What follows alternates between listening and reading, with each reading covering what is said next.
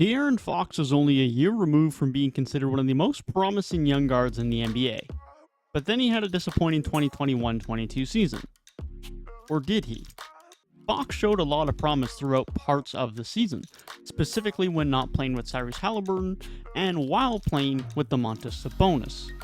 Add that alongside the additions this offseason that added some much needed shooting and spacing around Fox, and it has led me to believe that De'Aaron Fox is set to have his best year in the NBA and emerge as an all-star point guard.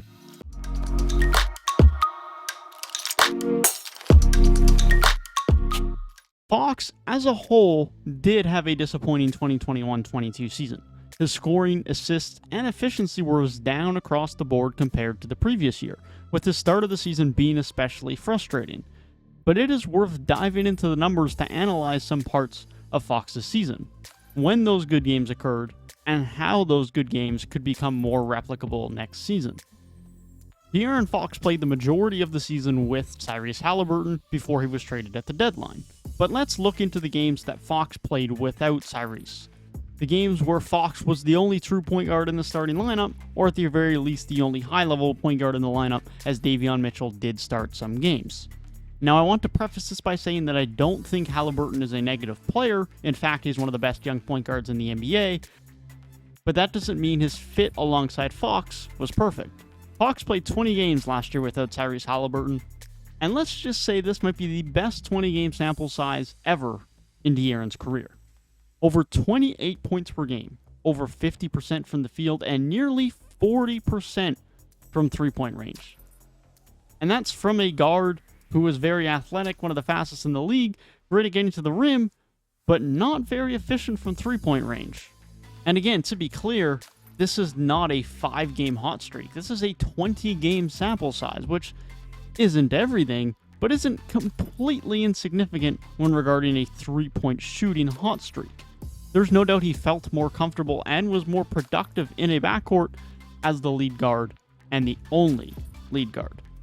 In a similar manner, in the games specifically that Fox played alongside his new co-star Domantas Sabonis, Fox was very productive. In those 13 games at the end of the season, he put up nearly 28 points a night, while again shooting over 50% from the field. But enough of the numbers. Let's talk about De'Aaron Fox's game, how this offseason's additions and Domantas Sabonis complement his game, and how Fox complements the new additions. The Kings added a lot of spacing this offseason. If you want more detailed thoughts on the Kings offseason, I have a video specifically regarding it, but in short, adding Malik Monk, Kevin Huerter, and Keegan Murray adds a lot of spacing and a lot of shooting to this Kings roster, specifically around De'Aaron Fox. The spacing around Fox last season was very, very bad, which for a player that is very quick and who likes to attack the rim, spacing is very important for the success of Fox's offense and in turn, the success of the Kings offense. The spacing around Fox during the 2021-22 season was measured as being amongst the bottom 10% in the NBA, essentially meaning over 90% of the NBA had more spacing while on the court in their specific lineups. So it's obvious the Kings needed more spacing, and while they did very well to address that in the offseason. So what does more spacing mean for Fox in this upcoming season? Well, as previously mentioned, Fox is not a three-point shooting guard. He likes to use his elite speed and athleticism to get downhill towards the basket, and this action typically results in one of three things: finishing at the rim, hitting a mid-range pull-up or step back if he gets the space and the paint is protected, or finding the open man in the paint or on the perimeter. When spacing and three-point shooting around Fox is lacking, it is much easier and less punishing for teams to focus a large amount of defensive attention on Fox. They can clog the paint, they can sag off of their defensive assignments, and ensure that Fox does not get easy looks in the paint. And this is successful. Fox was in the bottom 10 of point guards last season in shot quality and bottom 15 in rim shot quality, yet was one of the best shot-making and finishing guards around the rim. And this was while playing on a team that had very poor spacing. Fox was 15th in the NBA in points per game at 11.7 and was third amongst guards, only behind Ja and SGA. So there's no doubt, even while the paint was able to be clogged, Fox was still one of the most elite rim finishers and rim creators at the guard position in the NBA. And yes, defenses were leaving shooters open at times, which Fox did often find, but the shooters primarily around Fox last year were as follows. Tyrese Haliburton for over half of the year, who was one of the few good shooters around Fox last season. Buddy Hield, who was there for, again, only a bit over half of the season, who was a great three-point shooter, but actually had his worst three-point shooting year in the NBA with regards to efficiency, further hurting the team's spacing. Davion Mitchell, who was a very good three-point shooter in college, did not bring that level of efficiency yet to the NBA at a consistent level. Mo Harkless, who simply is a poor three-point shooter. Chimezie Metu, who I love as a role player, but is also not a very good three-point shooter. Terrence Davis, who can be a good three-point shooter, but can be inconsistent, and although was one of the Kings' best spacers last year, was restricted to 30 games thanks to injury. And Marvin Bagley, who was only there until the deadline, but continued to struggle as a three-point shooter. So ultimately, more than half of the players that are guards or wings around Fox for the majority of last season were not good three-point shooters and were not very good spacers. The only good option De'Aaron Fox had as his three-point shooter who provided decent spacing for the entirety of last season is Harrison Barnes. Everybody else was either a bad three-point shooter or was a fairly good one, and then ended up leaving partway through the season. A season that saw a lot of change for this Kings roster. Point being, opposing teams' defenses were not being punished for packing the paint and focusing on Fox, meaning more difficult looks for Fox at the rim, and the assist numbers from Fox not necessarily representing the amount of open three-point shots he was creating for the offense. These concerns should be eased significantly thanks to the addition of Kevin Huerter, Malik Monk, and Keegan Murray, and the significant amount of three-point shooting and spacing they add to the lineups involving De'Aaron Fox. The driving lanes and the paint should open up just a little bit more, allowing Fox to get some easier points in the paint compared to last season, and don't be surprised if we see an increase in assists from Fox this season as he plays alongside these much improved three-point shooters. Another key reason as to why I think Fox is set for his best season of his NBA career is the addition of Domantas Sabonis. De'Aaron Fox loves to operate via the pick and roll. A significant amount of offensive possessions for the Kings start via a De'Aaron Fox pick and roll, which he has had success with, but those pick and roll partners in recent years have been Trey Lyles, Alex Len, Tristan Thompson, Marvin Bagley, Damian Jones, Dwayne Dedmon, and Richaun Holmes, amongst others. And outside of Richaun Holmes, none of these options are great. None of them are really starting caliber centers. Sabonis comes in and is instantly the best big man that De'Aaron Fox has ever played with. Sure, Fox did play with Zach Randolph during his rookie season, but that was very far from prime Zach Randolph. Sabonis is a very good screener.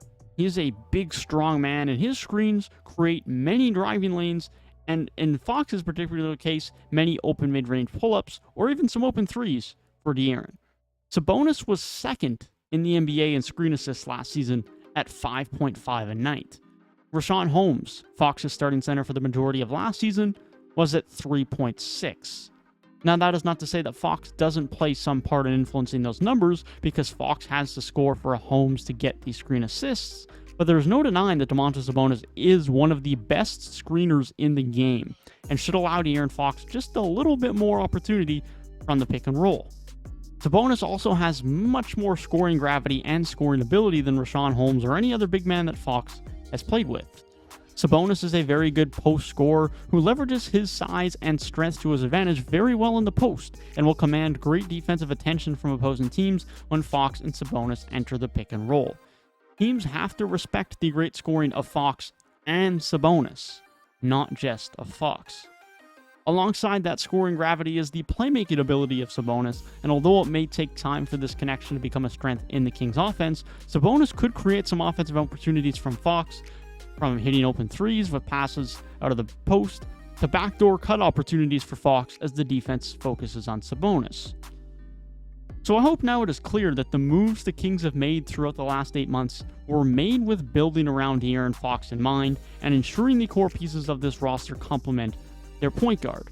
However you feel about the trade of Tyrese Haliburton, the Kings have made it clear that whether it was the right move or not, they have built around De'Aaron Fox, and Fox is now in a position to absolutely succeed in this upcoming season. But let's bring it back to specifically De'Aaron Fox and how successful he could truly be next season. I have full belief in De'Aaron Fox performing at an all-star level for next season.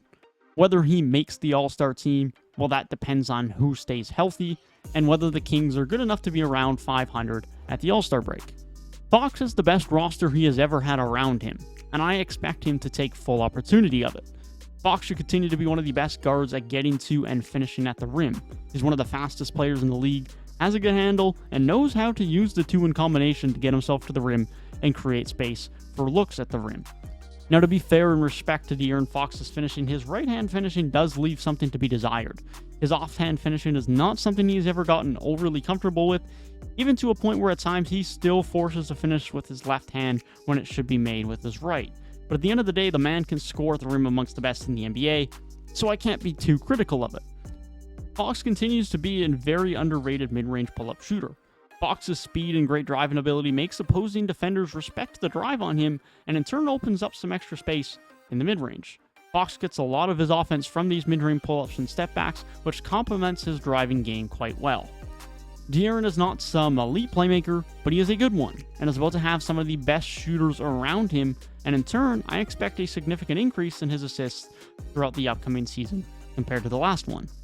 And possibly most importantly, Fox showed in flashes last year that he can shoot the three ball well, and if he can get to the point where he begins shooting around 35 to 36% from deep, with his good mid-range pull-up, with his elite ability to get to the rim, and his good playmaking, he could reassert himself amongst the discussion of top 10 point guards in the NBA and reach some level, unofficially or officially, of all-star status. But one thing is for sure, Fox is one of the most electrifying and exciting players in the NBA, with his elite bursts of speed and great finishes at the rim, and the 2022-23 season might just be the best we have seen yet of De'Aaron Fox.